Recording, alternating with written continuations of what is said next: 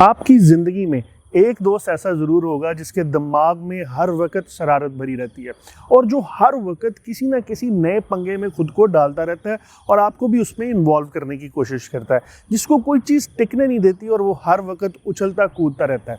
ऐसे ही मेरे एक दोस्त के वालिद उसको ठीक करने के लिए हमेशा उसे एक नसीहत देते थे कि तुम जाओ अपनी दुकान पे बैठे हो और हमारे कारोबार को संभालो, क्योंकि हमारा कपड़े का काम इतने सालों से मैं चला रहा हूँ, इसके अंदर तुम भी तरक्की का बाइस बनो, इसको समझो और इसको चलाओ। वो हमेशा दुकान पे जाता, कोई ना कोई शरारत करके वहाँ के मुलाजमों को तंग करता और किसी ना किसी तरह से कोई ना कोई बहाना निकाल के वहाँ से निकल आता। आखिर हुआ ये कि उस दोस्त को उसके वालिद ने डांटना शुरू कर दिया और उसको तंबीह की कि अब तुम लाजमी शॉप पर बैठोगे। ये सुनने के बाद उसने एक सवाल अपने बाप से पूछा जो कि बहुत ज़्यादा इंटरेस्टिंग है। उसने पूछा, वाले साहब जब आप हमें ये सिखाते हैं कि हमारा रिज्क लिखा जा चुका है, जो हमारी किस्मत का रिज्क है वो हमें ऐसे ढूंढता है कि जैसे मौत हमें ढूंढती है, तो मेरे हिस्से का रिज्क तो मुझे मिल जाएगा, आप मुझे दुकान पे जाके बैठने के लिए क्यों कहते हैं? मैं दुकान पे नहीं भी जाऊँगा तो मेरा रिज्क तो मुझे मिल जाएगा, मुझे ये पैसे और रिज्क कमाने की ज़रूरत क्या है? वहाँ पे थी थोड़ी सी खामोशी और उसके वालिद का एक आउटस्टैंडिंग जवाब। उसने कहा, बेटे ये जो हम बाहर कमाने के लिए जाते हैं ये रिज्क या पैसा नहीं है, ये इज़्ज़त है। हम इज़्ज़त कमाने के लिए जाते हैं। जैसे उसका बेटा नहीं समझा वैसे मैं भी नहीं समझा। उसने कहा, वाले साहब इसको ज़रा एक्सप्लेन कर दें कि ये थ्योरी आप क्या बता रहे हैं। उन्होंने कहा कि बेटे जब हम बाहर जाते हैं ना, हम इज़्ज़त कमाते हैं ना कि रिज्क। ऐसा है कि तुम्हारे फुफ्फो का लड़का जो पिछले कई सालों से घर में फारग बैठा है, अब उसकी एज भी बहुत ज़्यादा हो चुकी हुई है और उसने सारी ज़िंदगी पैसा नहीं कमाया। लोगों ने, घर वालों ने मशवरा दिया कि इसकी शादी करा दो, ये ठीक हो जाएगा। उसकी शादी करा दी गई लेकिन फिर भी उसने पैसा नहीं कमाया। उसके बच्चे हो गए फिर भी उसने पैसा नहीं कमाया। आज घर के अंदर जब कोई इंपॉर्टेंट फैसला लिया जाता है ना और वो अपना मशवरा देता है तो उसे कहा जाता है कि 1 रुपया तुम कमाते नहीं हो और मशवरे उल्टे देते हो, जाओ ये 10 रुपये पकड़ो और दही लेकर आओ। यहाँ उसकी इज्जत नहीं की गई। उसकी बीवी उसको दिन रात ताने देती है कि तुम पैसे नहीं कमाते, देखो फलां भी कमा रहा है, फां भी कमा रहा है, थोड़े ही कमाने हैं, कमाओ ज़रूर लेकिन घर कुछ लेके आओ। यहाँ उसकी इज्जत नहीं हुई। उसके बच्चे उसकी इज्जत नहीं करते, उसके घर वाले उसकी इज्जत नहीं करते, उसके दोस्त उसकी इज्जत नहीं करते। ये कि उसके हिस्से का रिज्क उसको भी मिल रहा है, उसकी बीवी को भी मिल रहा है और उसके बच्चों को भी मिल रहा है, हालांकि वो कमा नहीं रहा। ये था वो रिज्क जो उसको मिल रहा है। लेकिन क्या चीज़ है जो उसको नहीं मिल रही? वो है इज्जत। पैसे के बारे में हमारी एक गलत फहमी है कि हम पैसा कमाएंगे तो इज्जत होगी। हमें इसके बरस ये देखना चाहिए कि पैसा कमाने का वो सोर्स क्या है। ये बात सुन के मेरे दिमाग में बहुत सारी नई चीज़ें खुलना शुरू हो गई और मेरा दिल मुतमईन हो गया, जिससे मुझे ये अंदाज़ा हो गया कि हाँ, मेरे हिस्से का रिज्क तो मुझे ऐसे ढूंढ रहा है कि जैसे मौत। लेकिन अब जो मैं कमा रहा हूँ वो पैसा नहीं है, वो रिज्क नहीं है, वो इज्जत है। तो इज्जत तो मुझे तब भी मिलेगी जब मैं हलाल का पैसा कमाऊंगा। ये बात अपने पल्ले बांध लें। पैसे के बारे में ये मिसकंसेप्शन है। आपके हिस्से का आपको रिस्क तो मिलेगा ही मिलेगा, लेकिन अगर आप उसको हराम तरीके से लेंगे या आप मेहनत करके नहीं लेंगे या आप काम करेंगे नहीं, रिस्क तो मेरी जान फिर भी मिल जाएगा लेकिन इज्जत नहीं मिलेगी। इसलिए ये मिसकंसेप्शन, ये गलतफहमी अपने दिमाग से निकाल दें कि आप पैसा कमाने के लिए बाहर जाते हैं या रिस्क कमाने के लिए।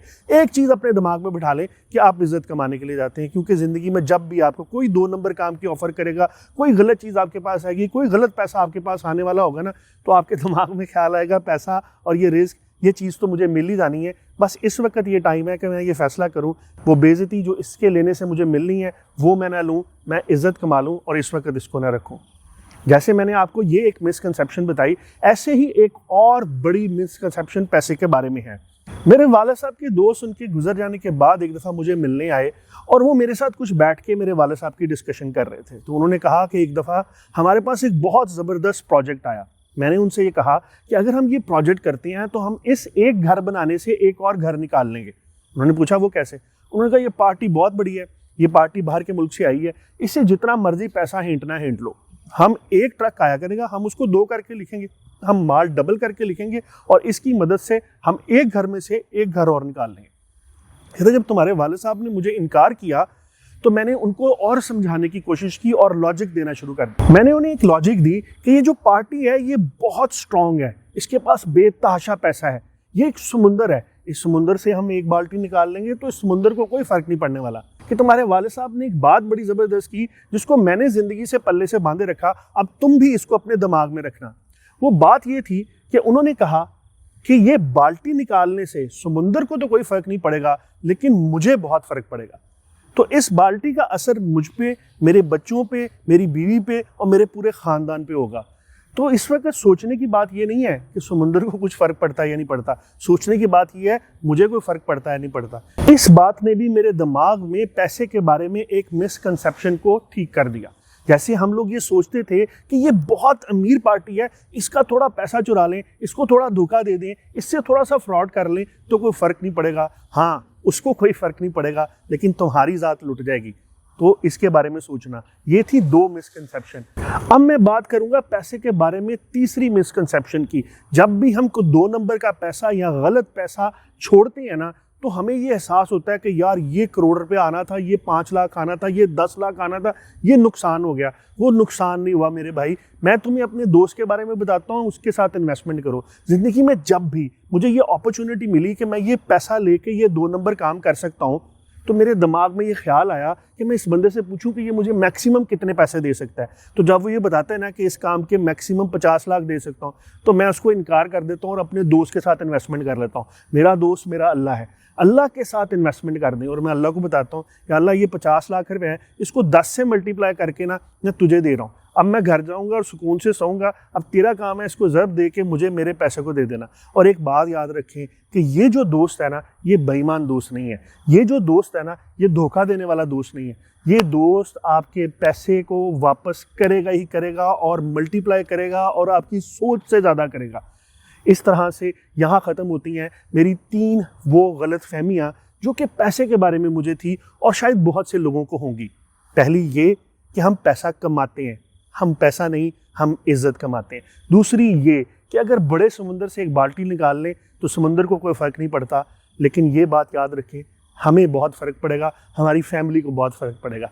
तीसरा ये कि जब भी इस किस्म का कोई पैसा आए तो ये गलतफहमी मत रखिए कि आपको नुकसान हो रहा है। मेरे दोस्त और आपके दोस्त के साथ कारोबार करके देखें, आपको अगर नुकसान हुआ तो मेरा गिरबान ज़रूर पकड़ने आइएगा। इंशाल्लाह मुलाकात होगी अगली वीडियो में। अल्लाह हाफ़िज़।